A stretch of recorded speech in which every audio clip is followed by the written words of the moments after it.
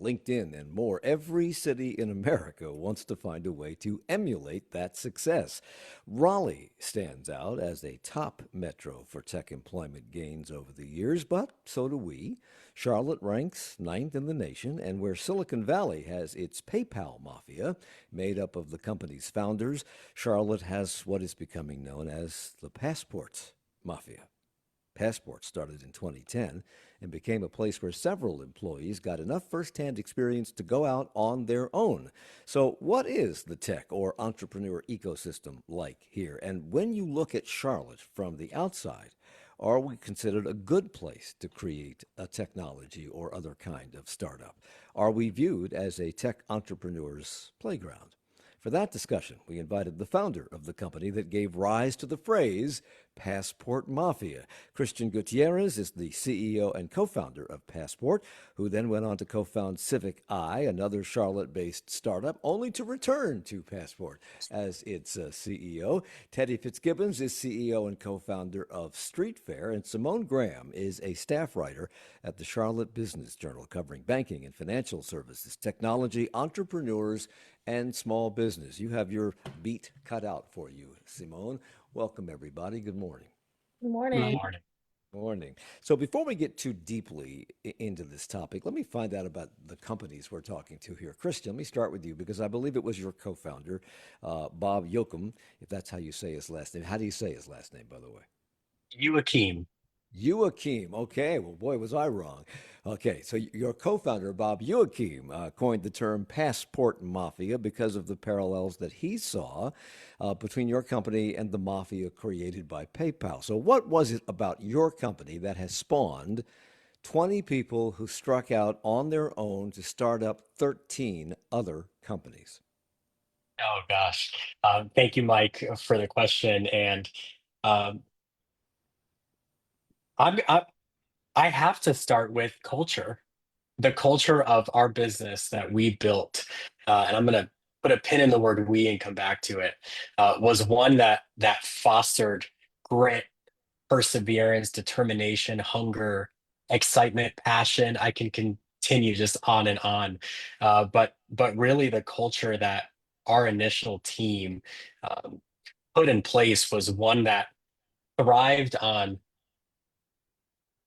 pushing one another to be the greatest version of themselves, personally and professionally, and supporting the idea that you can be wrong, and that is a good thing.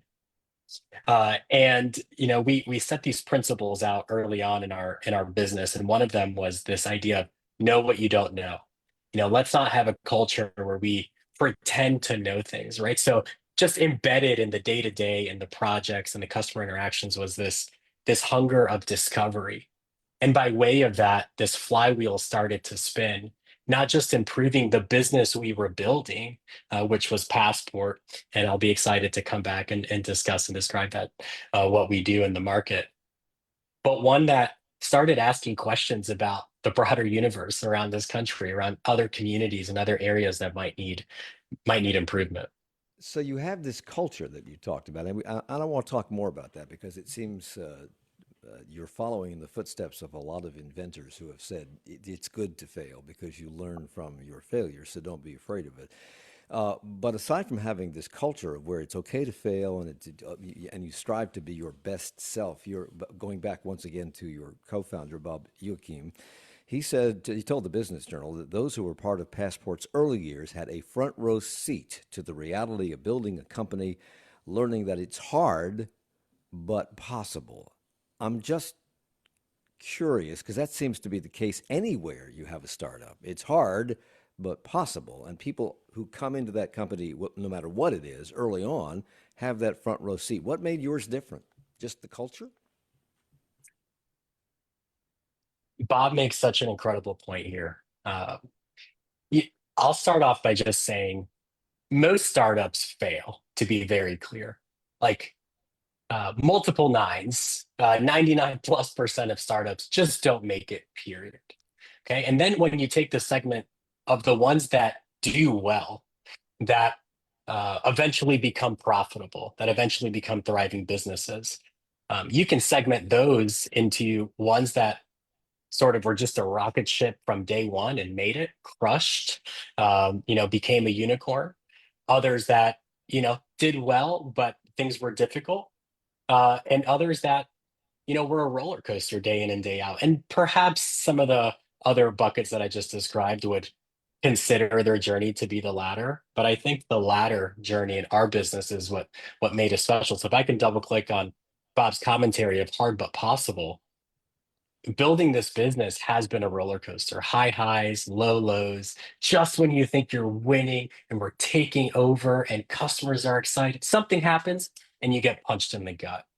And the way that we reacted from that adversity, from those trials that we faced on a consistent basis, built a level of grit in our business. And Mike, the reason I'm describing this is because everyone had that front row seat, as Bob said perfectly.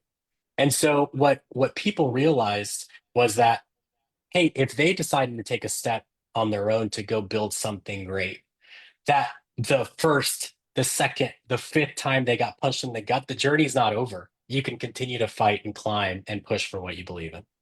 And Symone, you've written about the influence that this particular company, Passport, has had on the entrepreneurial scene here in Charlotte. You say that they, quote, cultivated a thriving entrepreneurial ecosystem. How so? I would say that Passport, they really just did a good job at just having startups that created other startups. They had their impact extended beyond its alumni. They contributed to Charlotte's emergence as a tech hub with a stronger network of mentors and resources.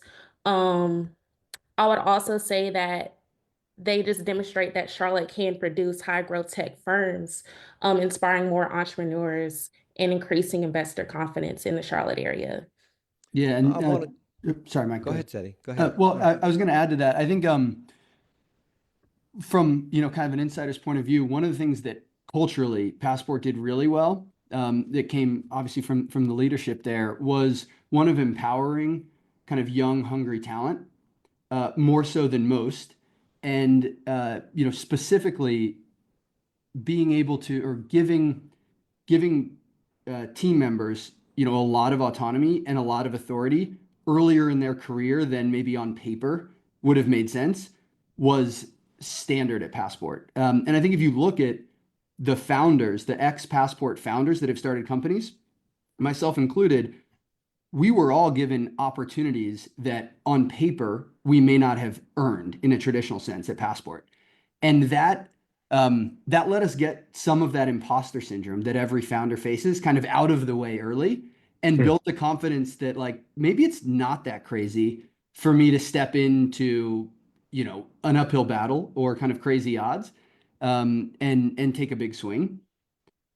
It should be mentioned, and I think you kind of alluded to it, that Teddy Fitzgibbons, who is the CEO of StreetFair and the co-founder of StreetFair, started with Passport and moved on to establish his own company. And I'm curious how many of the methods, practices, attitudes, philosophies Yeah. that you encountered at Passport you've carried over into your own Yeah. business. Thanks, Mike. And Hey, Teddy, hold on. Sorry, I have yeah, to hijack here. I think the story of Teddy joining Passport is an interesting and critical entry point yeah. to this next topic. Teddy, can you share a little bit there? Yeah, I probably had a unconventional route to Passport, but I was living and working in New York at a venture capital firm, then ended up investing in Passport, and I had been the one sort of championing that deal internally.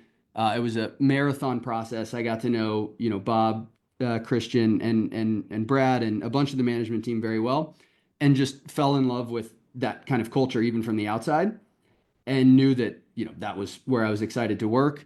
And we were in town for a board meeting, and I sort of floated this idea to Bob ahead of time of, like, what if I worked here full time? And Bob went into this, like, okay, here's what we're gonna do and all this stuff, and I was like, all right, this already feels like home. My interview with KG was like he took me to a CrossFit gym, didn't ask me any questions about work, but was just like wanted to see how I'd react, out of my comfort zone. And I think that was a big part of the culture of like, all right, let's throw people into different situations and make the bet that the team's going to figure it out. And then Mike, to your question on what have we carried over at StreetFair and what do I think is really important, StreetFair is a company of like young, hungry, capable folks. And we try to have that same mindset and belief that, it's less about hiring for experience or who has led exactly this type of team before and more who has the mindset to figure it out on their own. And so we really try to build and emulate that as well here. So you're two very different companies, but I guess you're both technology reliant. StreetFair, what does StreetFair do? Yeah. StreetFair is a marketplace for neighborhoods to find and hire local home service businesses. So think, plumbing, landscaping, things like that. What really sets StreetFair apart is homeowners can see which businesses their neighbors use and recommend. And they can also see which companies are scheduled to do work in their neighborhood and actually join in on those existing services that are happening in their community. Oftentimes for group discounts as more neighbors join in together on the same service. And Passport? Passport partners with cities all across the country and in Canada to support their parking and transportation programs with digital infrastructure that allow them to process transactions for their community, manage rules and regulations on the curb, on the street, and ultimately improve the community experience. Teddy was working for a venture capitalist, which is how the two of you connected, because you were looking for money. And evidently he believed in you enough to give you that money and then jump ship and come to you and work with you. So he did not begin as an entrepreneur. Khristian, what was your experience prior to taking the leap into starting your own company? Oh gosh. And one thing I will say is, the way I'll get to your question, Mike, I promise, but when we interview folks literally from day one to today, we dig quite deeply into their backgrounds, what motivates them, what they would define as success, how they think about family, what their professional goals are, these sorts of things. And we learned pretty early on that Teddy's been an entrepreneur for a very long time. He was building nonprofits when he was in high school, and just had this grit and grind about him. So his entrepreneurship story goes way back. So I just want to give Teddy that credit.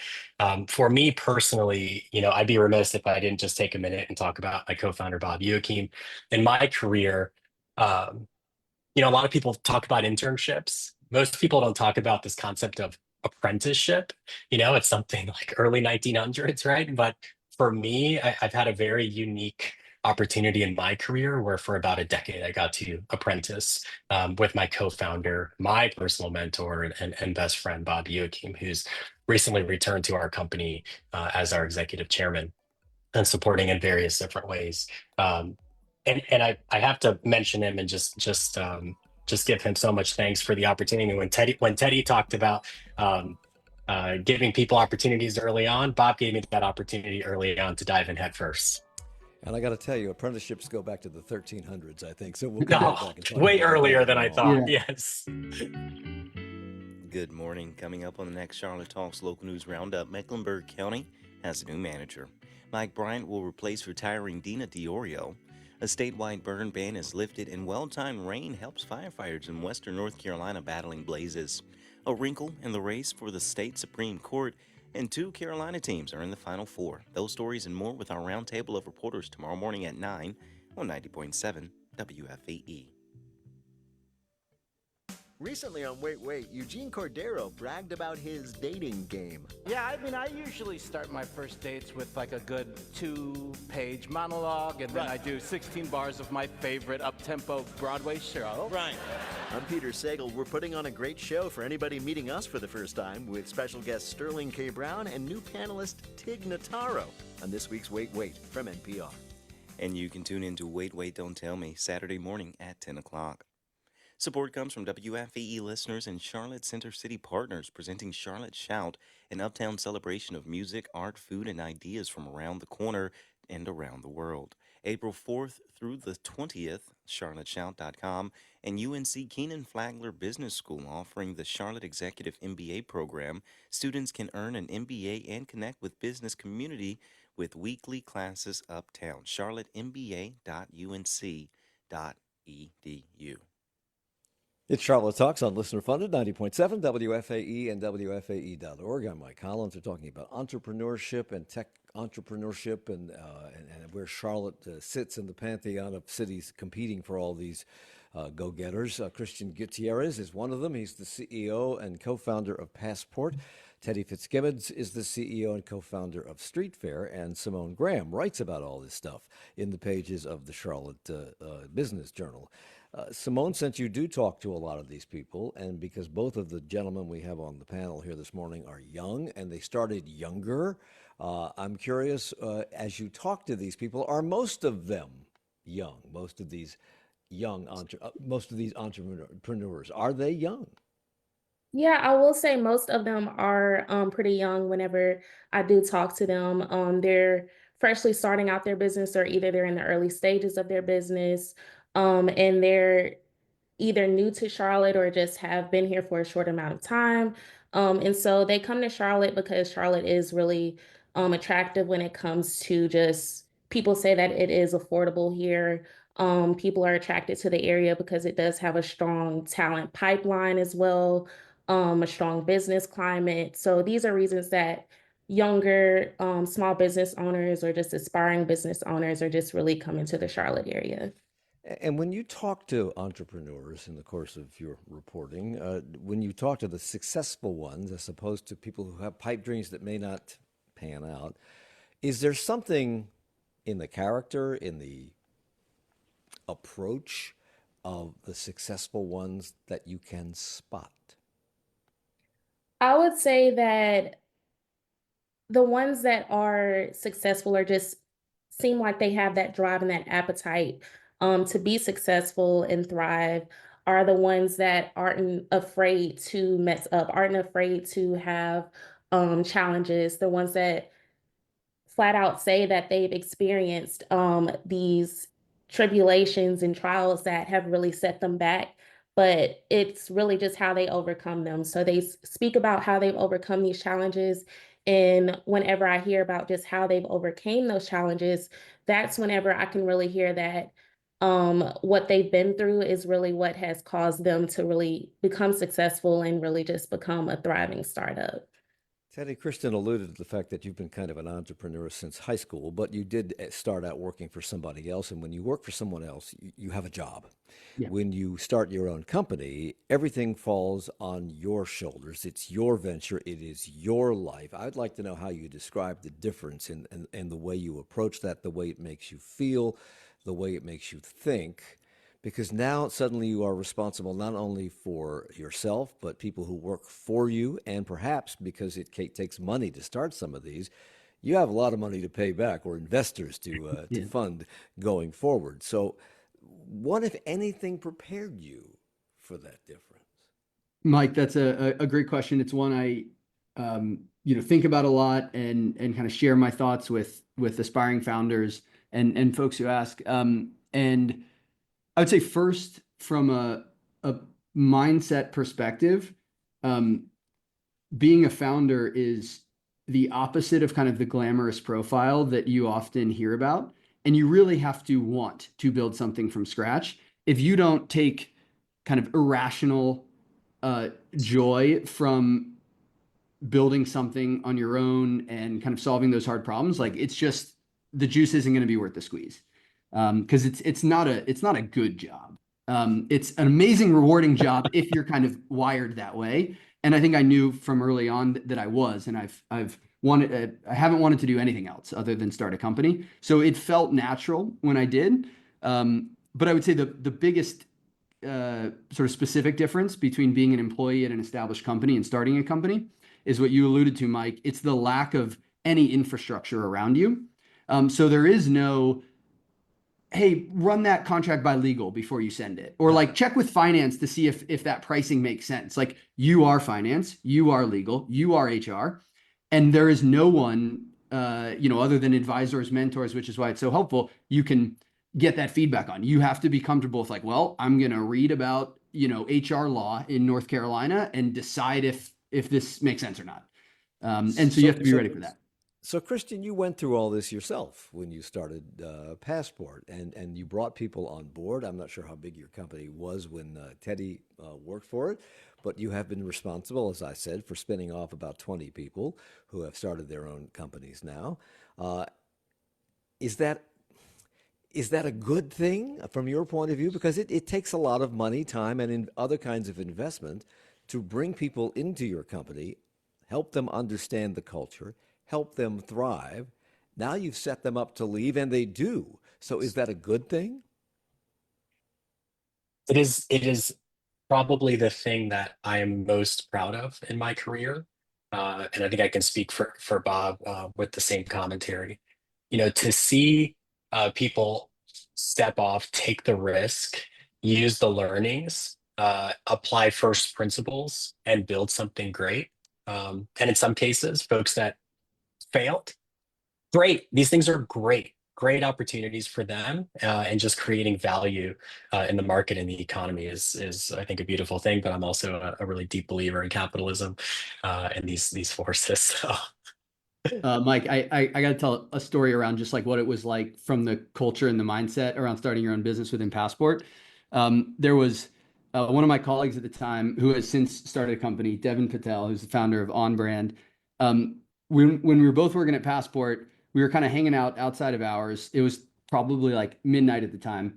And he turns to me, he's like, "So do you want to start a company?" I was like, "Yes, I'm thinking kind of the next 3 to 5 years, I'm going to start a company."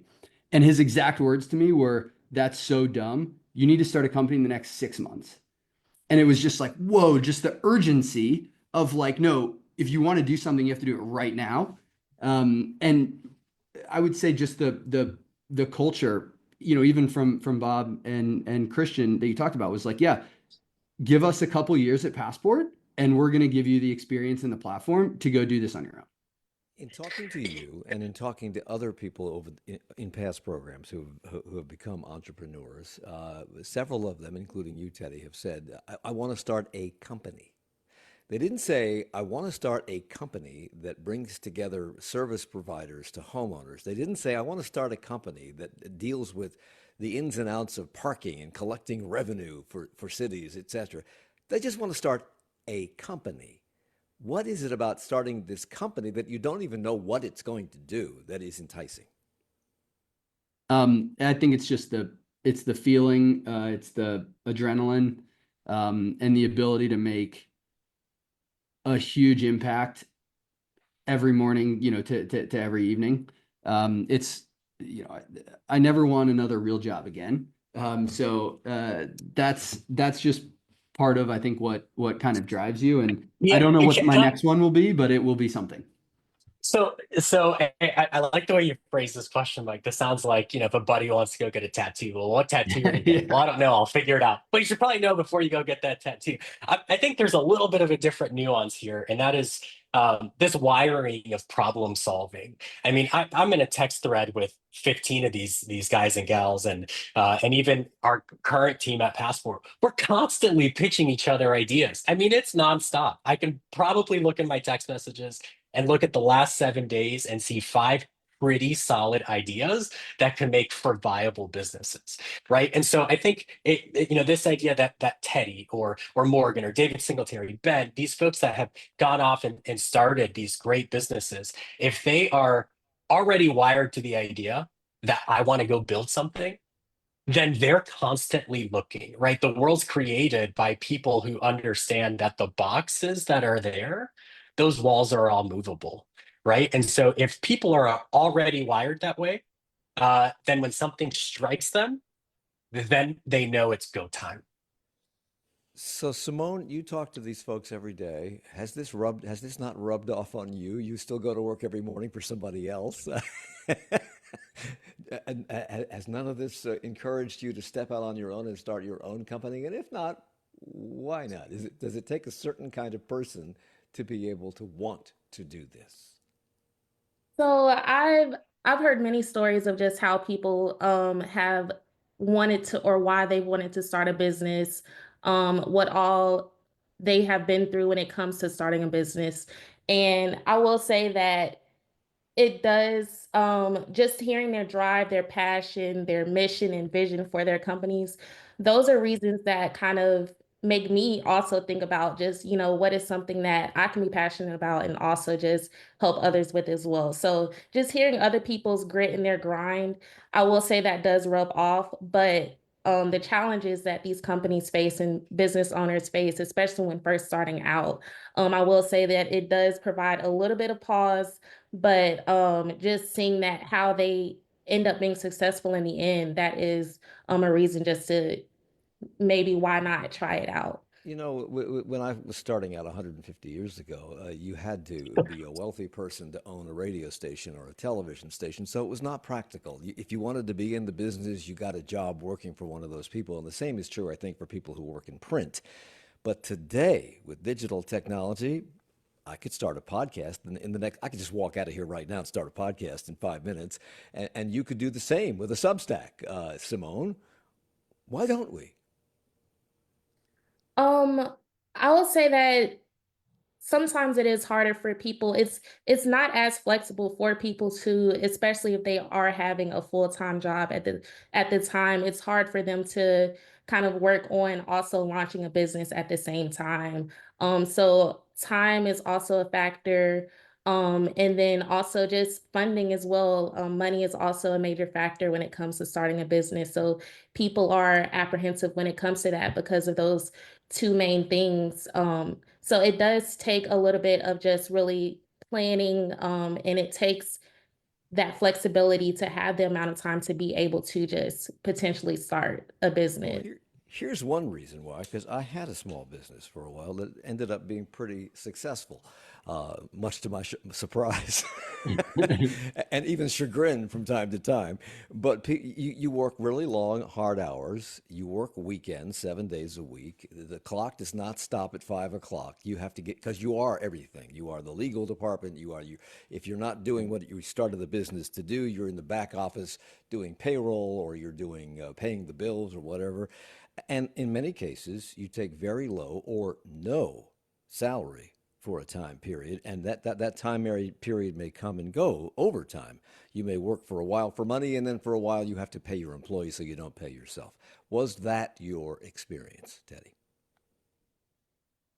Certainly the hours, certainly the kind of grind and dedication, and the, comfort with constant failure, because you are mostly failing. You're just hopefully failing a little bit less as you make progress.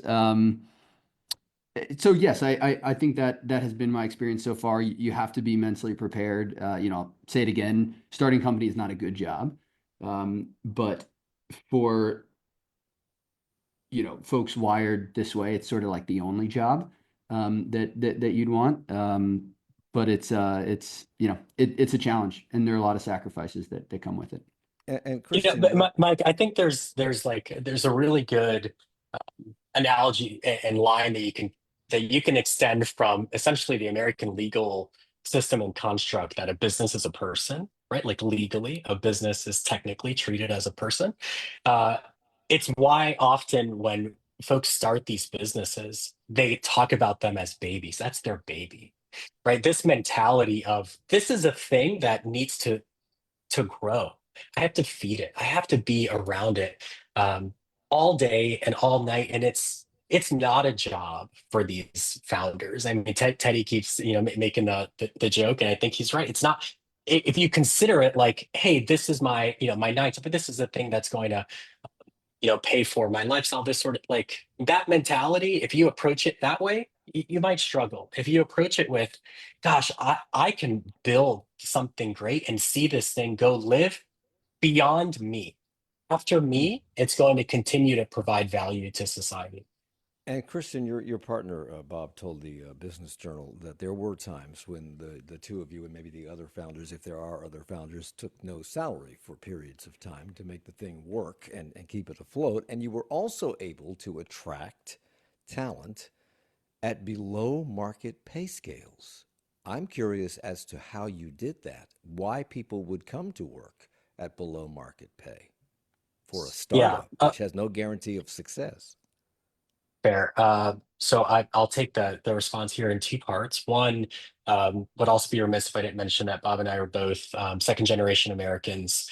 We watched our parents not just um, leave their communities behind to create and establish a foundation for their family for future generations, and see the hard work that went into that. That sort of grit is very much embedded in my personal culture, and North Star. And when I think about the folks that took leaps to join us, yes, we took little to no salaries. I mean, during a pandemic, we reduced salaries. I mean, you do whatever it takes. You do whatever it takes for the business to survive, period. But for folks to join our team at below market salary, certainly early on, I would say that's not the case today. We're much later stage than most of the mafia businesses. Um, they're joining with equity options. And what that means is they have the option to buy equity in the business, that will likely be worth significantly more at a later. If you survive, if you continue to grow and do the right things as a business, it could mean a very large and windfall. And I think that's one of the things that Passport did incredibly well for this market, was establish a culture that everyone's an owner in the business. There have been some successful startups in Charlotte, at least one public company started right here. But the way that we thought about our business early on was ensure that everybody has some skin in the game, is excited for what could be in the future for their families as they build the value of the business. Um, and with that trade-off, folks were willing to go ahead and take the leap. About a minute left, and we have a questioner from a listener, Tim, who says, I'm a partner in a small software neo startup. What recommendations do your panelists have in finding funding to help grow a fully operational business in both employees, marketing, sales, generation capabilities? And since you came from the world of venture capital, Teddy, I'll let you try to Yeah. answer that question. Specific, I guess it's hard to give it's hard to give general advice on finding capital. Despite my background, or maybe because of my background, I'm actually a fan of raising external capital as a last resort. It's often necessary. I think too often people approach it as, oh, if you want to have a startup, you need to raise money.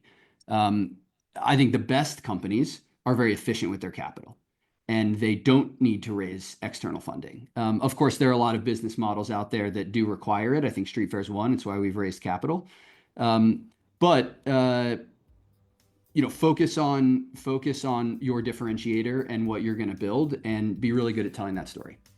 When we come back, I want to explore this finding capital idea, because a lot of businesses need to have an infusion of cash at some point, probably in the beginning in many cases. We'll talk about how to do that, where to do it, whether Charlotte's a good place to do it, and more when we come back at Charlotte Talks.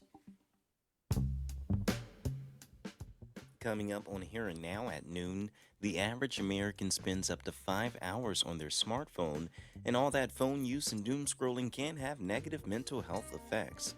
What to do if you want to be less tied to your phone, and all the latest news today at noon right here on WFAE. And if you miss any part of today's Charlotte Talks, you can always catch up with the Charlotte Talks podcast that's available anywhere where you get your podcasts.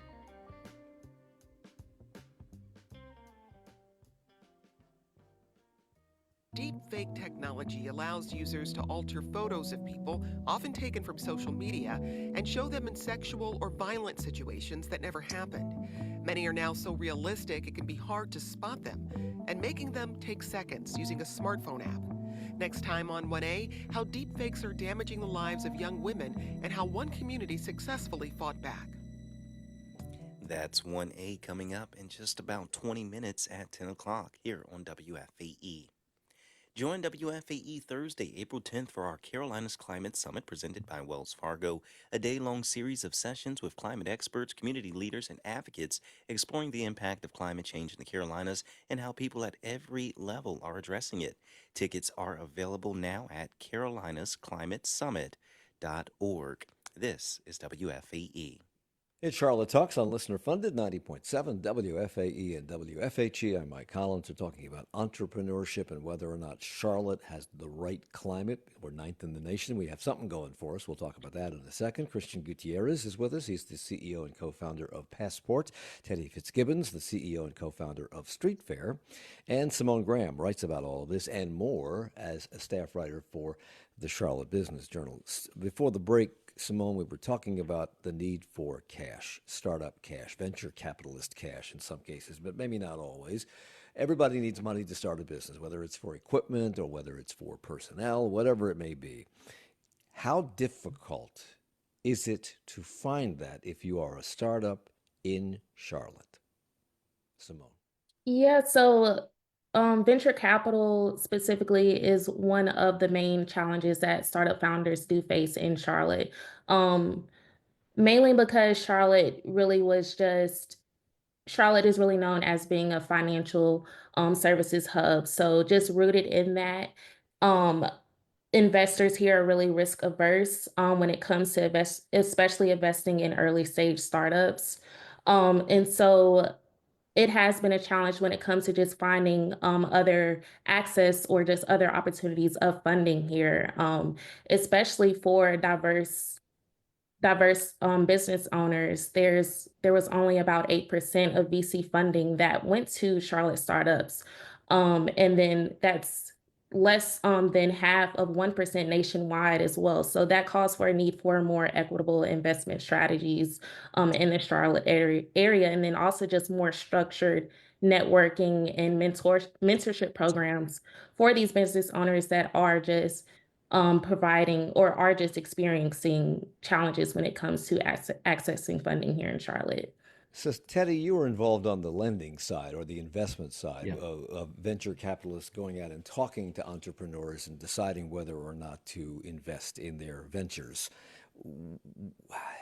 What makes for a convincing pitch? What are the ingredients that intrigue a venture capitalist enough to say, okay, here's what I'll give you? Yeah, particularly at the early stage. And I got this advice, again, despite my background, it felt like I was starting over, learning this from scratch when I did go out to raise for StreetFair. And the advice I got specifically on early stage, right? Because if you're an early startup that's looking for capital, it's very different than when you're a growth stage business like Passport is now and looking for capital. But early on, it is team. So, who you are as a founding team, and what you stand for, and its opportunity. And those are mostly qualitative. So I think there's way too much emphasis. And my first version of the pitch deck for StreetFair had way too much emphasis on, numbers and strategies. And I got a lot of advice that was like, why do you want to build this? What insight do you have in the market? Is it a problem worth solving? And I think there's the value of storytelling early on is massively important to successfully accessing capital. And then the last bit, just that Symone, I think nailed, is it requires very risk tolerant investors and a risk tolerant investment business model. And there are way more of those businesses, venture funds and investors who have that risk profile outside of Charlotte than there are within Charlotte. But the world is smaller than it ever was. I don't think Charlotte founders should feel limited that they can only raise capital within Charlotte. Okay. And Khristian, if I got these numbers even close to being right, when you guys started, you started with a $90 million investment, followed by several other infusions over time of cash. What was it about you and your co-founders and your idea that attracted so much money? That's a lot of Oh money. gosh, yeah, that's a ton of money. All right, so we have raised over $200 million over the last 15 years, but the very first investment was checks written by friends and family. Um, so I'll start, and that was to the tune of around $500,000 we were able to aggregate from folks that just believed in us. And so to Teddy's good point, um, in early stage businesses, you tend to bet on the jockey, not the horse, right? There are so many good ideas that are started by folks who are never able to take that idea, find product market fit, and ultimately build a thriving business because perhaps that person wasn't wired to navigate the difficulties of building a business. And so folks did believe in us early on, and I would say in 2025. Raising capital in Charlotte is slightly easier than it was back in 2010, 2011. But there were some folks that were active in the region. One person sits on our board today as an observer, Don Rainey. He was one of the leads at Grow Tech Ventures. And so they were investing in the Southeast, in Charlotte, and North Carolina broadly. And since then, over the last 15 years, there are several funds that have started to turn their sights towards Charlotte as we've built an ecosystem of thriving entrepreneurs and folks that have been willing to step out on their own. So many sources report, including you, Symone, that Charlotte is the ninth largest city in the country for tech employment gain. But that doesn't mean that tech startups are flourishing or that even that we have a remarkable number of tech startups. It just means that a lot of people who have tech skills are employed here. So how would you describe Charlotte in terms of the number of entrepreneurs who put their stake in the ground here? Yeah, so I will say that just in Charlotte, the number of startups here that have really just flourished when it comes to just setting up a business here, and then just even in other industries across startups, um, they have really just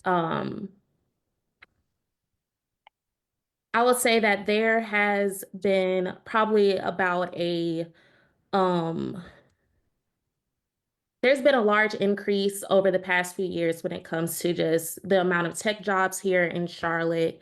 There has been an increase when it comes to the amount of funding that's here in Charlotte. That I will say that there are a lot more funds, like Christian mentioned, over the past 15 years. There are a lot more funds in Charlotte that have really just targeted these companies that are really just trying to start a thriving business here in Charlotte. Is North Carolina friendly to entrepreneurs, to startups? Are we any easier, any more encouraging, any cheaper, more lenient in terms of rules, regulations, laws, etc. in North Carolina or Charlotte that make this an attractive place over another city in the Carolinas or elsewhere?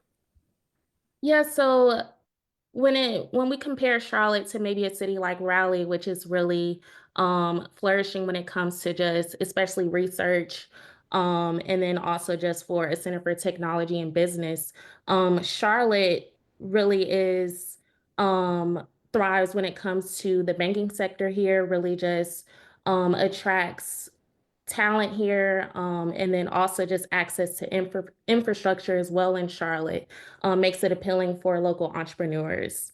And then compared to Raleigh, they're really robust when it comes to the academic environment in Raleigh, that helps businesses recruit talent and promotes innovation there. So they both have distinct benefits for entrepreneurs, but where Charlotte really is beneficial when it comes to startups is that it's of course a larger city, and then it's also just has a robust um, it offers just tax incentives here as well. And then just it also just has increased corporate venture activity as well. And there, of course, are new funds emerging in the present day. Teddy, I know that you have an answer to Yeah. this question and want to get in on this, and I want you to answer it, but I also want you and Christian to tell me, because both of your companies could do what you do anywhere in the world. Yeah. Doesn't have to be Charlotte. why Charlotte? So you can follow up Yeah, on what I'll Symone said and then answer that question. perfect. On Simone's point, I want to just also give her a shout out. You know, Mike, you asked about is Charlotte friendly to startups? And a huge part of like going 0 to 1 in the very beginning for a startup is establishing any credibility. And that applies to like getting your first couple customers or your first couple employees. You have to convince people that this thing that isn't real is actually real or will be real. And Symone, you know, you do a great job of covering the tech sector here. And without your beat, it would be so much harder to establish that credibility. You know, early days, I'm out like literally door knocking, telling people about StreetFair. They're like, I've never heard of you. And eventually, you know, that ecosystem of people willing to tell the stories of local startups, as Symone does. I mean, Symone was our first coverage. I think for most of the founders I've talked with, Symone was kind of their first coverage. It just builds that credibility, and it's an incredibly important part of the ecosystem. And you know, I think there are too few people willing to tell tech startup stories in Charlotte. And that's one of the most helpful things. So just quick shout out, Symone. Thank you for telling the tech startup stories, for giving some credibility in the very early days to a lot of companies. And then Mike, to answer your question, you know, why Charlotte? Charlotte's a great place to call home. And from a building standpoint, there is no difference in the talent in Charlotte versus San Francisco or New York. The talent is here. All the variables are here, in my opinion. The culture is very different. And I think that's the thing to work on. I spent, you know, like 8 years in New York, and the average culture of work, grind or hustle or grit is totally different. And so that's part of what startups need to do in Charlotte, which is just to select for that cultural mindset, which is less common maybe here than in other cities. But there's no shortage of talent, and all the pieces are here. You just have to be willing to kind of build that culture of you know, push a boulder up a hill every day and start again tomorrow. And with Passport, Khristian, you help cities. I'm not sure exactly how to. I should let you explain it, but you help cities capitalize on their parking situation, connecting people, making sure revenue streams come in. And you're not just in Charlotte. You're in Asheville, Albuquerque, Chicago, Toronto, Providence, Rhode Island, Peoria, Omaha, and other cities. Why you? Because there must be 15 or 20 people who have apps on their phones from different companies that do some of what you do. What sets you apart? It's a fantastic question. The theme of our conversation today has been around culture and people. And I think we lead with that when we go to partner with cities. You know, the days of going and buying software out of a box at Circuit City and then waiting for the next version to come out to drive up and buy the next box, like that's done, right? The world that Teddy and I live in, and so many of these Passport Mafia folks is called software as a service. And you have to continue to earn that business every single day.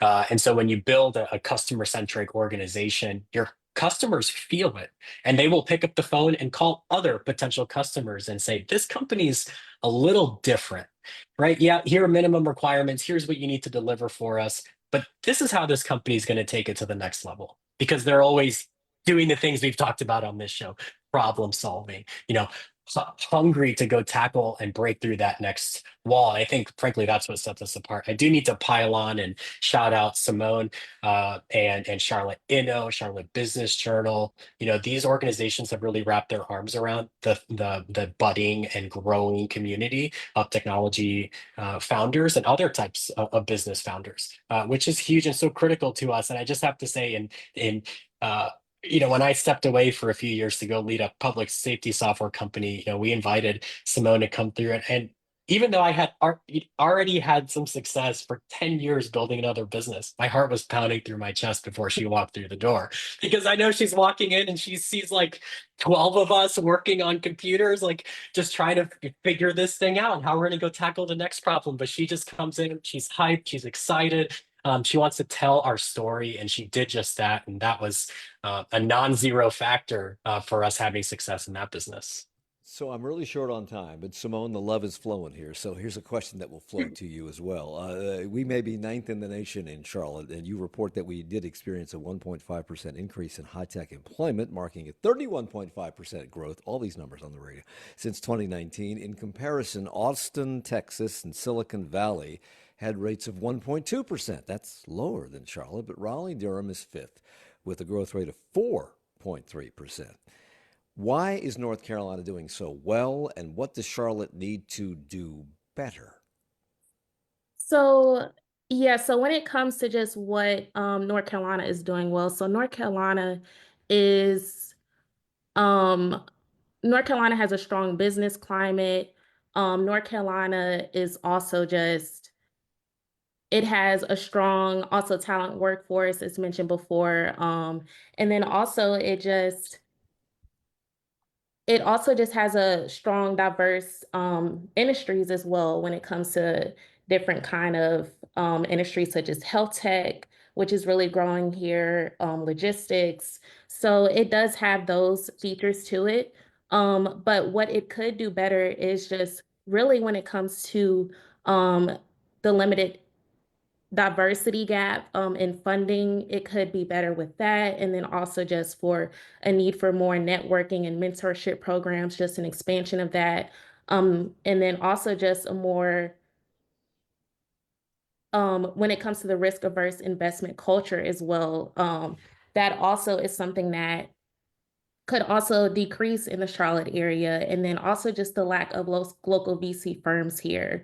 There are a lot of emerging firms here when it comes to VC, such as Charlotte Fund, which is really set on growing local businesses here and across the Carolinas. But Charlotte does just have initiatives in Charlotte that really needs to expand, especially when it comes to corporate investments. So I have 15 seconds left. I want to hear one sentence answers from Teddy and Khristian. I'll start with you, Teddy. What's the most important lesson you've learned? Try again tomorrow. Just keep going. There's, live to see another day, and you'll make it work. Khristian. Wow, outstanding. A different angle on almost the same answer. Be 1% better today than you were yesterday. Wow. The Khristian Gutierrez gets the last word. He's the CEO and co-founder of Passport Labs. If you want to park, you have to go through him. Teddy Fitzgibbons, CEO, co-founder of StreetFair. You want somebody to come to the house to fix something, you have to go through him. Symone Graham with the Charlotte Business Journal. Thank you all for the hour.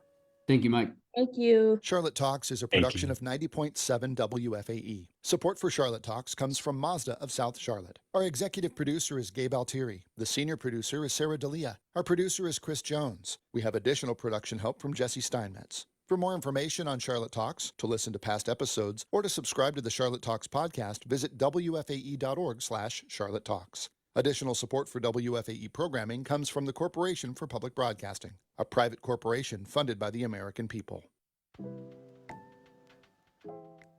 On the next local news roundup, commissioners hire a new Mecklenburg County manager. Rain helps firefighters battling mountain blazes, a wrinkle in the race for state Supreme Court, and the Carolinas have two teams going to the Final Four. Those stories and more when Charlotte Talks tomorrow at 9 on WFAE. This is 90.7 WFAE Charlotte, 90.3 WFHE Hickory, and WFAE.org, Charlotte's NPR news source. Would you like to help ensure WFAE's future as a vital news resource for the Carolinas? Consider making a planned gift